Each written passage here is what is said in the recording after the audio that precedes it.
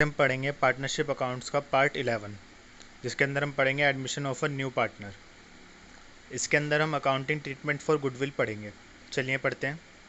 इससे पहले पहली वाली वीडियो में जो हमारा चल रहा था कि जब न्यू पार्टनर एडमिशन होएगा, जब न्यू पार्टनर आएगा तो उसके अंदर प्रॉफिट एंड लॉस कैसे बांटा जाएगा, तो उसका एक केस बच रहा था, वो कर लेते हैं। जब नए साझेदार द्वारा विशेष अनुपात में लाभ लिया जाता हो, मतलब साझेदार आएगा तो कुछ विशेष अनुपात यानी कुछ प्रपोर्शन में लाभ लिया जाएगा। तो इसका एग्जांपल है, राम एवं श्याम फर्म में 5:3 के अनुपात में लाभ साझा करते हैं। उन्होंने राधा को 5/16 भाग के लिए साझेदार बनाया, जिसमें से वह 3/16 भाग राम से एवं 2/16 भाग श्याम से प्राप्त करते हैं। साझेदारों का नया लाभ हानि विभाजन अनुपात ज्ञात कीजिए। तो ये राधा आती है, वो 3/16 भाग, 5/16 भाग के लिए तो आती है, लेकिन 3/16 भाग वो राम से लेती है और 2/16 भाग शाम से लेती है। टोटल इसका 5/16 ही है।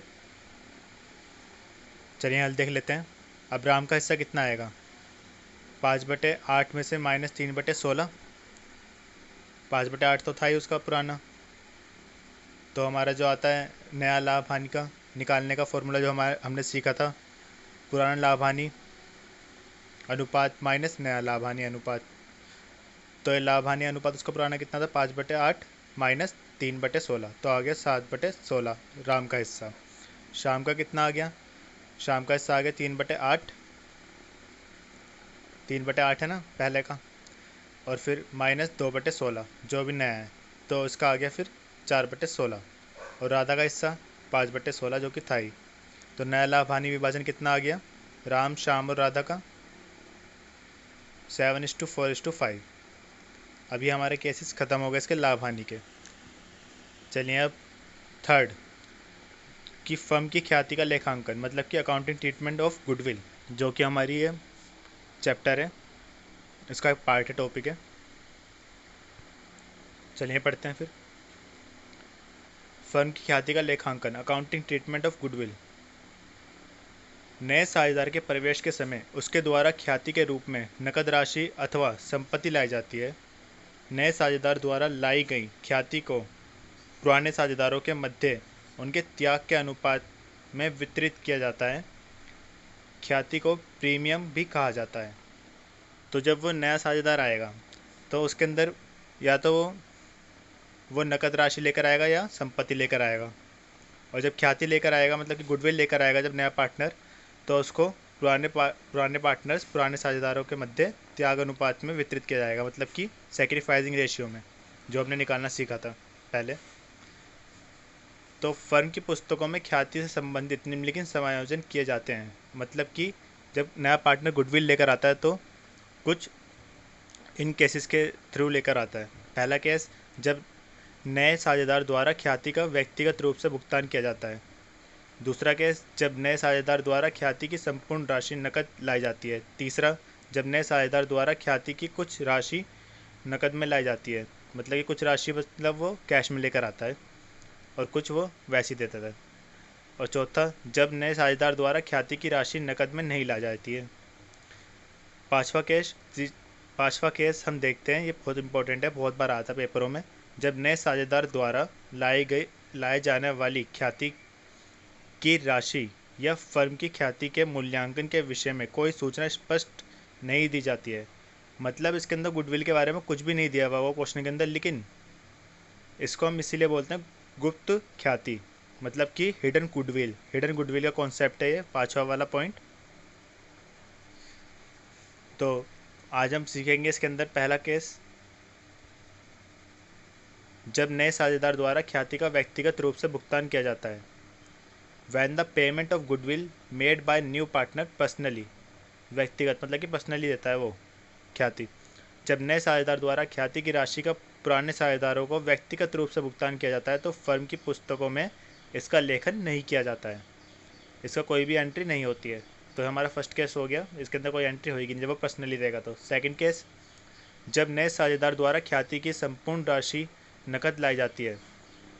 When new partner bought entire goodwill amount in cash.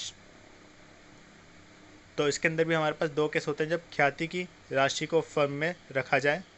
जब नया साझेदार ख्याति की राशि लेकर आता है नकद में, मतलब कि कैश में, तो या तो पहला केस होगा कि वो फर्म में रखते हैं।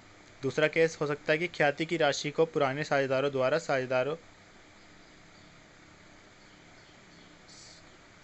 में लिया जाए, मतलब कि साझेदार आपस में बांट लेते हैं, उसकी जो गुडविल का अमाउंट होता है ना वो बांट लेते हैं। तो चलिए इसके अंदर पहला वाला केस, जब ख्याति की राशि नकद लाने पर, तो इसके अंदर एंट्री क्या होगी, जनरल एंट्रीज होती है इसके अंदर मेनली। तो एंट्री होगी cash bank account debit to goodwill. हमारा कैश अकाउंट बढ़ जाए, किसकी वजह से बढ़ता है, गुडविल की वजह से। Bing amount of goodwill bought by new partner in cash. दूसरा केस क्या बनेगा, दूसरी चीज़ क्या करेंगे हम इसके अंदर, नए साझेदार द्वारा नकद लाई गई ख्याति की राशि पुराने साझेदारों में त्याग के अनुपात में बांटने पर। तो हमारी एंट्री क्या बनेगी इसके अंदर, अब त्याग के अनुपात में सेक्रीफाइसिंग रेशियो में बांटेंगे हम पुराने पार्टनर्स में, तो फिर गुडविल को कम हो जाएगी हमारी, goodwill account debit to old partners capital account credit. Old partners का अकाउंट बढ़ जाएगा। Being amount of goodwill distributed among partners in sacrificing ratio, मतलब त्याग रेशियो में या फिर सेक्रीफाइसिंग रेशियो में बटेगा। उदाहरण देख लेते हैं इसका। एक्स व वाई एक फर्म में लाभ हानि को 2:1 में साझा करते हैं। उनकी पूंजी क्रमशः 5 लाख रुपए एवं 2 लाख रुपए है। उन्होंने जेड को साझेदारी में सम्मिलित किया। जेड द्वारा 1,50,000 पूंजी लाई जाएगी, 30,000 रुपये ख्याति लाई जाएगी और फर्म में 1/5 के लिए साझेदार होगा। जेड ख्याति एवं पूंजी की राशि नकद देता है। नया लाभ हानि विभाजन अनुपात ज्ञात कीजिए एवं जनरल प्रविष्टियाँ दीजिए। यदि पुराने साझेदारों द्वारा ख्याति की राशि फर्म में ही रखी जाती है, इसके अंदर ये चीज़ है कि फर्म में ही रखी जाएगी, बांटी नहीं है आपस में, ये पहला ही केस इसके अंदर फर्म में रखी जाएगी ख्याति की राशि। तो पूंजी यानी कैपिटल है, जेड लेकर आ रहा है 1,50,000 रुपये और ख्याति यानी गुडविल है 30,000 रुपये लेकर आ रहा है। इसकी पहले हमको क्या निकालना है इसके अंदर, नया लाभ हानि विभाजन अनुपात। तो देख लेते हैं नया लाभ हानि विभाजन अनुपात। पहले हम क्या मानते हैं कि वो कितने के लिए लेकर आ रहा है, इसके अंदर किसी का भी वो तो दे नहीं रखा है कि एक्स ने कितना दिया है उसको और वाई ने कितना दिया है। तो हमारे पास ये पहले वाला केस है जो हमने पढ़ा था पिछली वीडियो में कि वो 1/5 के लिए आ रहा है। तो माना कि पूरा लाभ कितना होगा 1, तो जेड का कितना होएगा लाभ 1/5। ये जेड होएगा यहाँ पे, जानिए।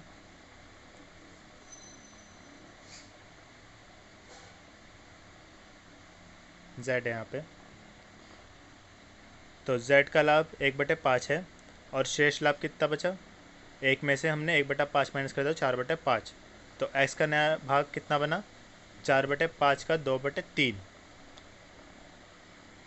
2/3 ही है उसका पुराना वाला, तो उसी का ही पार्ट बन गया उसका जेड का, एक्स का 4/5 का 2/3, 8 बचे 15।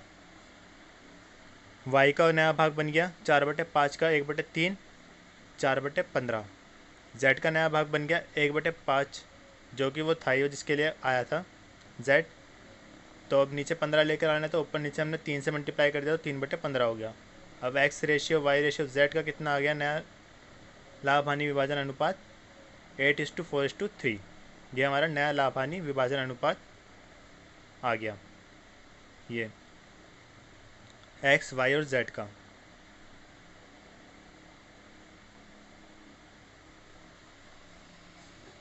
अब आगे चलते हैं।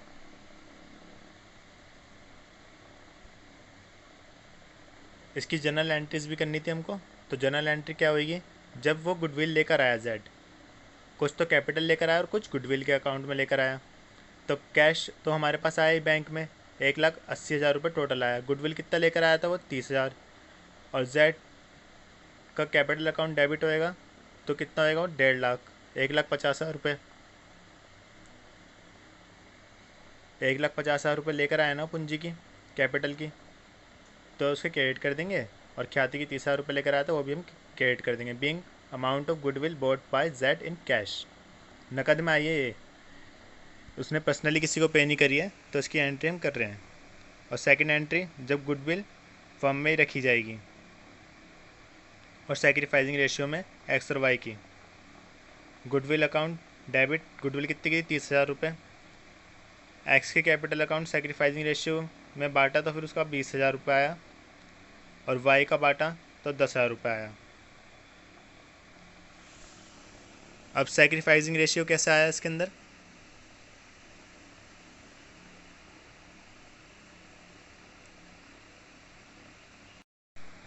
सेक्रीफाइसिंग रेशियो इसके अंदर वैसे ही आया, जो पुराना वाला था उसका इनका रेशियो प्रॉफिट एंड शेयरिंग का, प्रॉफिट एंड लॉस शेयरिंग का, उसमें से माइनस कर दिया नया वाला, तो उसका सेक्रीफाइसिंग रेशियो आ गया इनका एक्स का। उसके हिसाब से इसके 20,000 रुपये बैठे और वाई का बैठा 10,000 रुपये। अब सेकंड केस, जब ख्याति की राशि को पुराने साझेदारों आएगा यहाँ पे, सरदारों नहीं, ये टाइपिंग मिस्टेक हो जाती कभी कभी।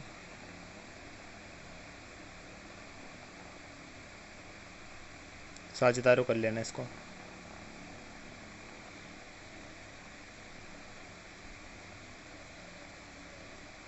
पुराने साझेदारों द्वारा निकाल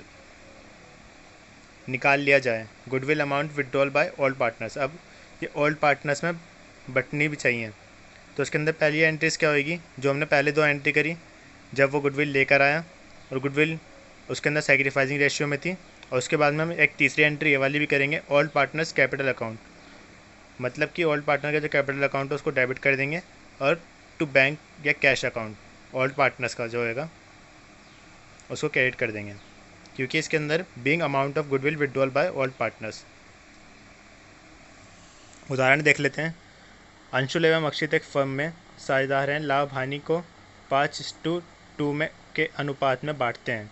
1 अप्रैल 2016 को उनकी पूंजी के शेष क्रमशः 1.5 लाख रुपये एवं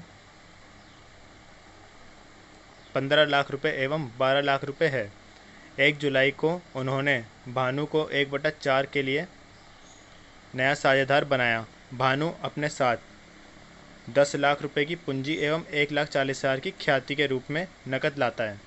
ख्याति की राशि अंशुल एवं अक्षित द्वारा निकाली जाती है। जनरल प्रविष्टि कीजिए।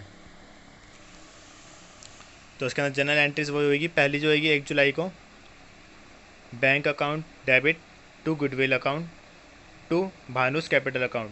गुडविल कितने लेकर आया था वो? 1,40,000 रुपये लेकर आया था। कौन? भानु लेकर आया था ना 1,40,000 रुपये ख्याति, ये रही। और कैपिटल कितने लेकर आया था? 10 लाख रुपये। उन दोनों को ऐड किया तो कितना आ गया? 11,40,000। वो बैंक के अंदर आ गया हमारे। अब सेकंड एंट्री, जब सेक्रीफाइसिंग रेशियो में बांटेंगे गुडविल को पार्टनर्स में, तो गुडविल अकाउंट 1,40,000 रुपये जो कि थे गुडविल के। अंशुल का कैपिटल अकाउंट क्रेडिट होएगा to Anshul's capital account credit 1 lakh रुपये to Akshit capital account credit 40,000 रुपये। ये इनका सेक्रीफाइसिंग रेशियो में बटा है। अब फिर तीसरी एंट्री, जो कि ओल्ड पार्टनर्स निकाल लेंगे तो बैंक हमारा जो है वो कम हो जाएगा और ओल्ड पार्टनर्स बढ़ जाएगा। अंशुल्स कैपिटल अकाउंट 1 लाख रुपये और अक्षित कैपिटल अकाउंट डेबिट 40,000 और बैंक हमारा कम हो जाएगा 1,40,000 से। Being amount of goodwill withdrawal by old partners. इसके अंदर जब नया लाभ हानि विभाजन अनुपात नहीं दिया होता है, इसके अंदर नया लाभ हानि विभाजन अनुपात नहीं दिया था, तो साझेदारों का पुराना अनुपात ही त्याग का अनुपात होता है। मतलब सेक्रीफाइसिंग रेशियो जो पुराना होता है ना उनका, वही उनको हम सेक्रीफाइसिंग रेशियो मान लेते हैं। तो इस हिसाब से ख्याति अंशुल का भाग कितना आया? 5/60 इंटू 1,40,000, तो उसका 1 लाख रुपये आ गया। अक्षित का कितना भाग आया? 2/7 इंटू 1,40,000, तो 40,000 रुपये आ गया। बस आज के लिए इतना ही। अब हमने पढ़ लिया इसके अंदर नए साझेदार द्वारा लाई गई पूंजी का लेखांकन, जो एडमिशन में हम एडजस्टमेंट्स करते हैं, उसके अंदर से हमने पहला पार्ट कर लिया था पिछली वाली वीडियो में। दूसरा पार्ट भी था नए लाभ हानि विभाजन अनुपात तथा त्याग के अनुपात की गणना। एक केस बच रहा था वो हमने इस वाले पार्ट में कर लिया। और ये इसके अंदर अभी हमने स्टार्ट करा है फर्म की ख्याति का लेखांकन। आगे अगली वीडियो में पढ़ेंगे। आज के लिए इतना ही। धन्यवाद। पढ़ो और आगे बढ़ो। जय हिंद, जय भारत।